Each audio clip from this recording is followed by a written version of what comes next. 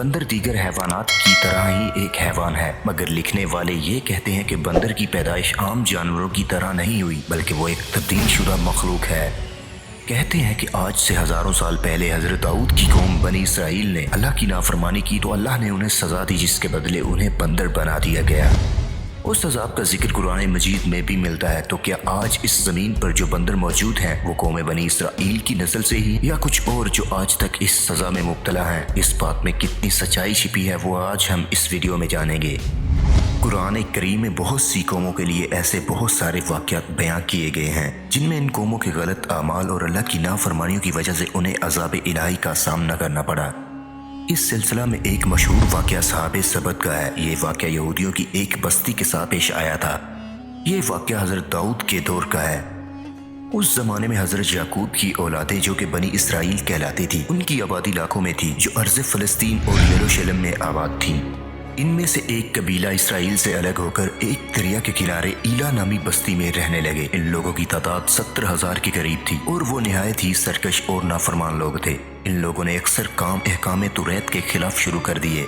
तुरैत के मुताबिक हराम करदा चीज़ों को उन्होंने अपने ऊपर हलाल कर दिया और मूसा अलैहिस्सलाम की शरीयत के मुनकिर हो गए।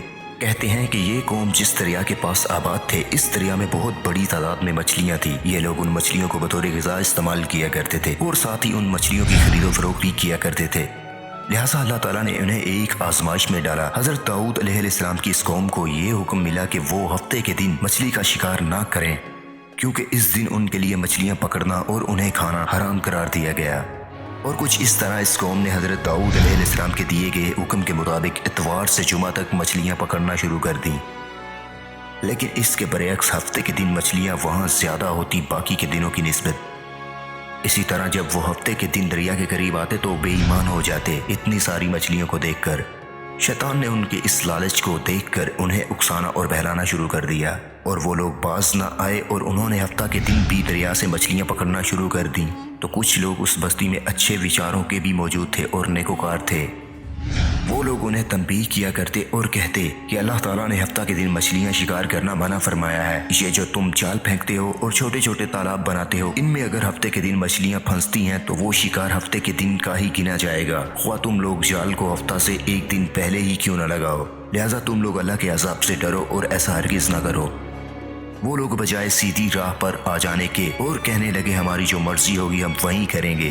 तो कुछ इस तरह अल्लाह के उन नेक लोगों ने उस बस्ती के दरमियान एक दीवार को खड़ा कर दिया और कहा कि अल्लाह की नाफरमानी करने वाले लोग एक तरफ हो जाए, और ये हुक्म नाफिज किया कि अल्लाह ताला की नाफरमानी करने वाले और फर्मा बरदार दोनों अलग अलग रहेंगे। और सभी लोग नाफरमान लोगों से ये कहते रहे कि अल्लाह ताला से डरो और कौम समूद और कौम लूत के अजाब को याद करो कि उनका क्या हशर हुआ था, और अल्लाह से डरो वरना तुम्हें भी कोई अजाब इलाही अपनी गिरफ्त में ले सकता है।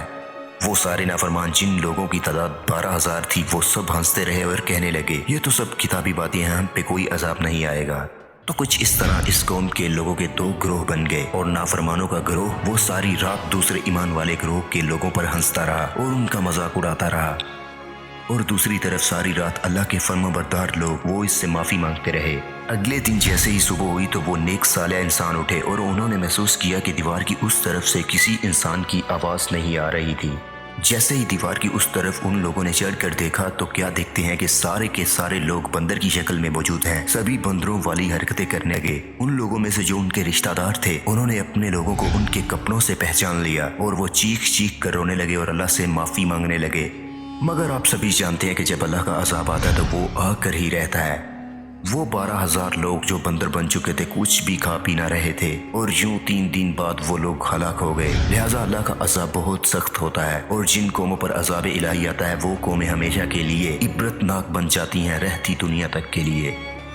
बहरहाल ये नज़रिया अक्स किया जाता है कि मौजूदा बंदर उन्हीं की कौम से हैं जिन पर अजाब आया था अल्लाह ताला की तरफ से। मगर कुछ लोग कहते हैं कि ये गलत है, क्योंकि इनसे पहले भी बंदर इस दुनिया में मौजूद थे। और सही रिवायतों के मुताबिक जब बनी इसराइल की कौम बंदर बन चुकी थी तो 3 दिनों तक यूं ही जिंदा रोते रहे और सारी कौम हलाक हो गई। लिहाजा उनकी नस्ल आगे ही नहीं बढ़ पाई।